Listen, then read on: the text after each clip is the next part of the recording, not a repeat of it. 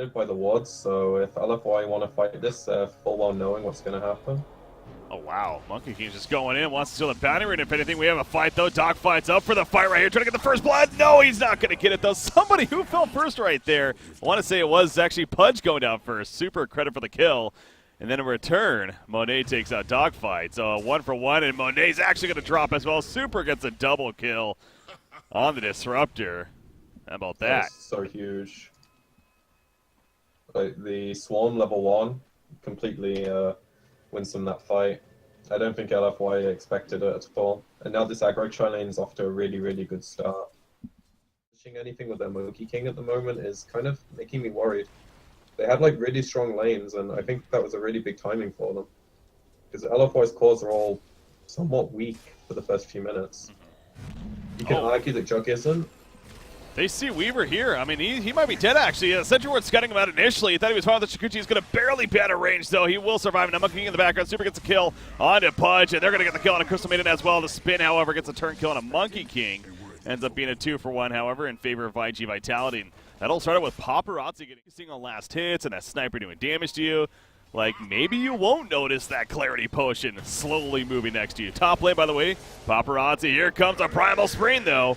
Trying to set up a turn kill. Nice hook on a Paparazzi right there. Brings it back in. He's trying to set up the kill on him. At least they won't get it. But at what cost for Monet? He pops down the healing ward, but that boundless strike with the charges added up. Easy kill coming out. So another 2 for 1. They do lose their core and Weaver, but they get the counter core and Juggernaut, as well as the Pudge. Side that Faceless Void is having really good farm. That he's a top farmer, in fact, on the team. I think because the free cores are all like pretty greedy, him having a good start just makes their game so much easier. It puts a lot less pressure on the supports to make plays. Because if this hero had been in a typical offlane scenario and he was getting zoned out and, you know, like scrapping for farm, he doesn't have the luxury of doing what he's doing right now. Yeah. And they're setting up kills with the chrono and... Oh, I'm watching the top lane meanwhile, so OD ends up going down at the no, that was in July going down at the bottom lane, but meanwhile on top lane, they do get the kill on a Juggernaut that clips back on him, brings it back in to secure it, and they still want more. Crystal Maiden in trouble. White, though, on that punch, he locks down Monkey King with the in the face, actually, with the Raw. I guess he didn't have it. That almost looked like a Dismember right there, but he's on level 4. Anyways, you get the kill on him, but he ends up falling shortly after. And Weaver going to kind of walk it off and continue to farm himself. So a lot of back and forth interaction there at the top lane. But yeah, as we saw, though, by the score sheet at least, the bottom lane, they also killed Abaddon with the rotations there. Oh, and in the mid as well. Like, this is where it helps so much that you have benefit to getting Treads in this situation is he's fighting a lot. Treads is a really good fighting item. It just gives you so much efficiency for your spells. And it's not a game where you really want to be avoiding that. He's going to get caught in the Chronosphere. He's dead. Yeah. Just as we're talking about that decision. He's a little tankier, unfortunately not tanky enough there against this. We're going to be seeing a tier 2 tower push by iG.Vitality pretty early on, and not only that, but a fight going to be commencing, it looks like. In the background, Disruptor, he's kind of in a bad spot. He does have Static Storm. He can't get it off in time, though. In comes the Wukong command, though, from Dogfights right there. And that'll kind of zone them out, if anything. Can allow the rest of the team to try to walk away as Paparazzi. He'll go through the shrine area. Hook, maybe? No. Not going to happen. So they all get out despite the Disruptor, but he's up in 5 seconds. Oh, man, this Chronosphere. He wants to go. Yeah, he's going. He wants to get the sniper. They do catch the sniper. Here comes the stun, the balanced strike off to the side, but it's not going to be enough. The hook in, and sniper will fall. Static Storm, Kinetic Field, though, on 4 heroes, actually, but there's no follow-up. That's got to feel so unfortunate for iG.Vitality. That's like... That's why we're in a position to capitalize, and they can continue fighting here, I think, because of the way... Yeah, in July, he does have borrowed time still, not being procced right there. As I say that, though, it finally goes off, trying to stop that damage. Meanwhile, the return onto OD, puts the Sanity Eclipse out. He does go down, though. In return, the Omni Slash bounces around a little bit, doing some damage, but now the Shrapnel charge is being used. And the Assassin, are you kidding me? He ends up denying himself despite the Assassinate going off right there. He will get the kill onto LPC, however, but nothing more frustrating when something like that happens. Hero denies. Good old Pudge. Yeah, it's pretty tilting. Luckily, because they win the fight so handily, though, I don't think they're going to care about, oh no, Monkey King and Disruptor. Yeah.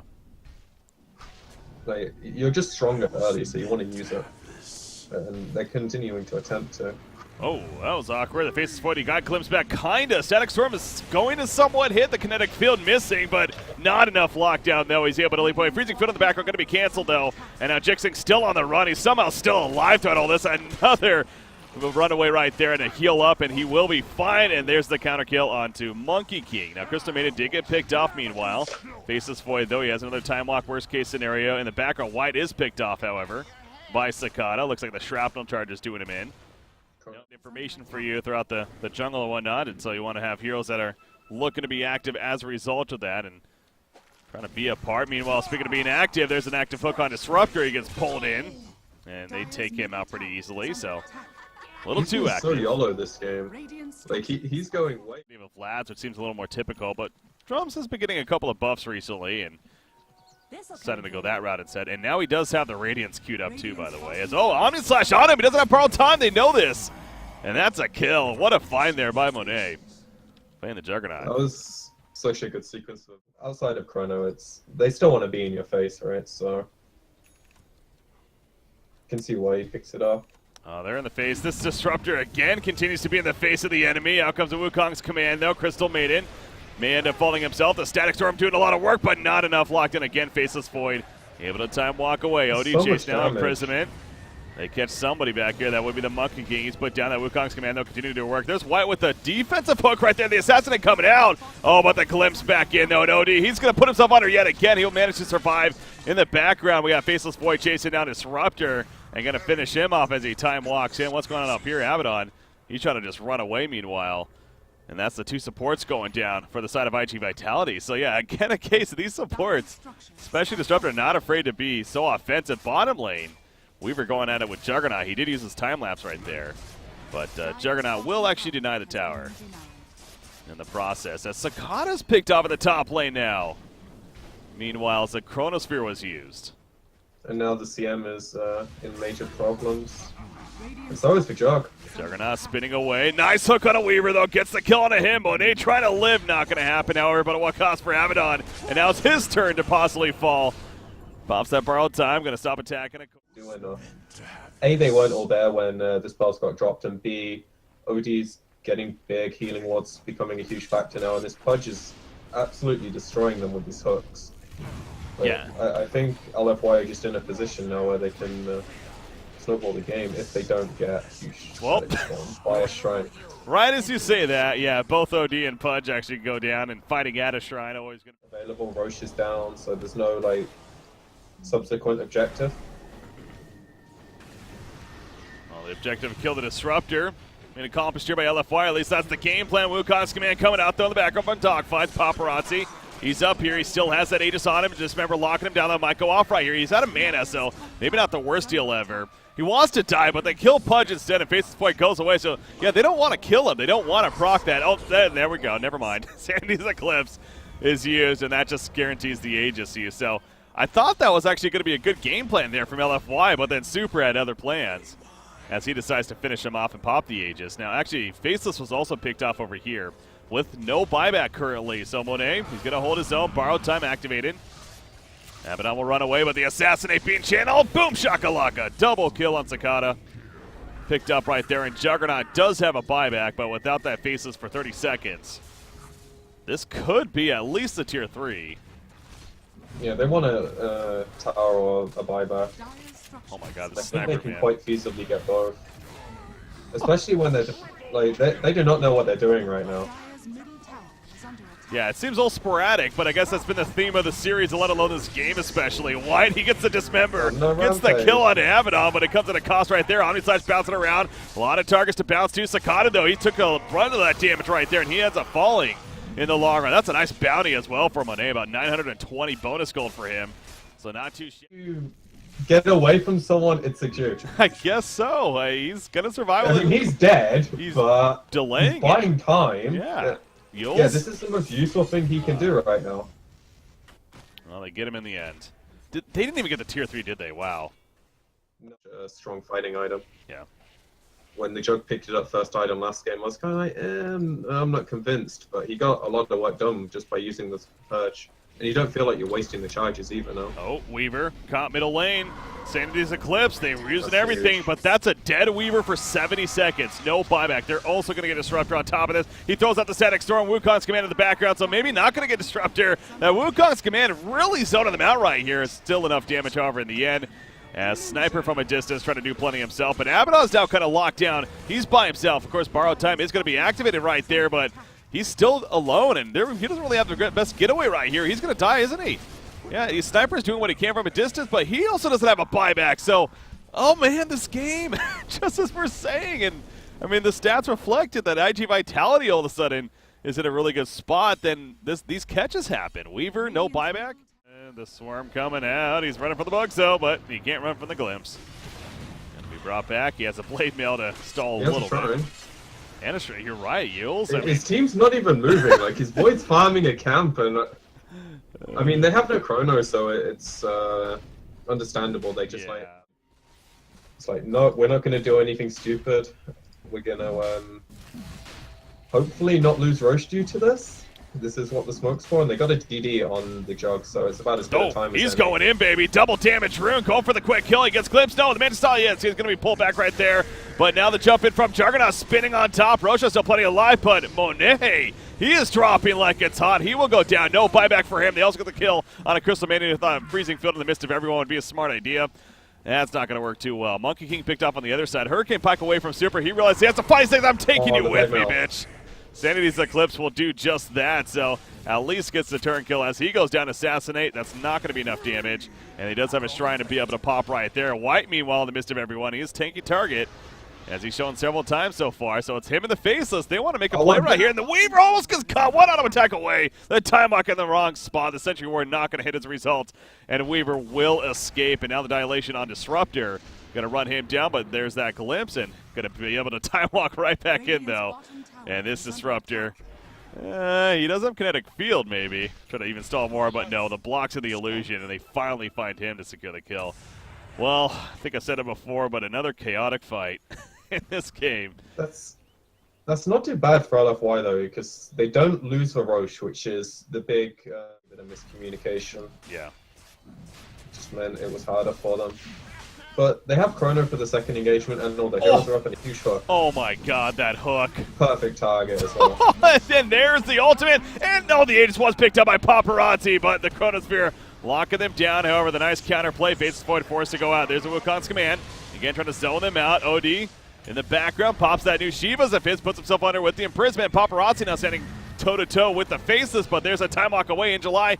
Pops his ultimate, but he's not being healed up really much. They're doing a good job of not doing damage to him, really. So they're killing off the bugs. The freezing field used right there, but canceled shortly after, not really hitting too much. In July still on the run, but no Borrowed Time this time around. And thus he is going to fall for good. Sniper still dead for 40. Abaddon dead for another 80 now. I mean, Weaver's his teammate blocking him right there. But blame the OD. Exactly. No, but he's done fantastic here is the point. He may need to make another play right here. Monkey's still kind of leaping around, and they want to fight. They do not have Abaddon, though. The Dismember locked down on a Weaver. He does have time. No, he doesn't have time left, actually. He's going to go down. The Aegis, of course, going to be popped as a result. Well, they reset on this. Chronosphere, it's up in 10 seconds. Up in the back. What's this about? Actually, OD going in. Run. Oh, man, Static Storm locking him down, though. He's in a lot of trouble right here. Can he somehow get away? Glimmer keep on him and puts himself under. Blink Dagger, Chronosphere, it's coming up. It goes up. Weaver's in trouble. He does not have a buyback, I believe. He's going to go down. He does have a buyback. So he can't use it right here if he finds it necessary. Kinetic Field kind of trapping them in as well. OT, he just keeps barely staying alive, man. Some way, somehow, disco style in this fight. Crystal Maiden, speaking of the disco, she's using her freezing field right here. Dancing to the music, doing plenty of damage. At least anyone that's nearby, but it's really kind of zoning out the supports to this Abaddon, is what it feels like, if anything. How is that OD still alive also? He's at half-life. He's good, man. That healing ward. Bringing it back up. Oh, my gosh. What he gets. This isn't a hero we see often, so, I mean, both seem pretty legit, but the range, yeah. I think Evasion's just... As I said earlier, mobility's king. Evasion's nice, but mobility is, like, so much better. Yeah. Oh, man. And it also means...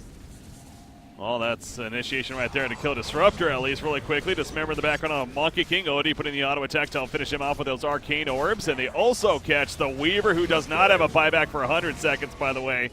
That's definitely a dieback. And That could be the believe beginning in of an end GG. right here.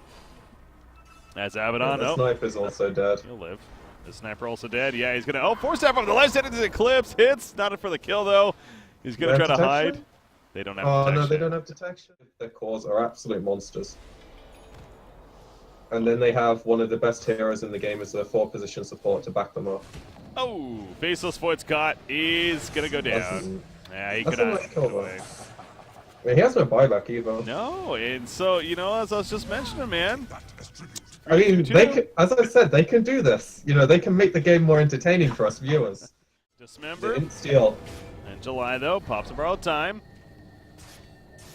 Put him under. Here we go again. There's that blink though. So deja vu.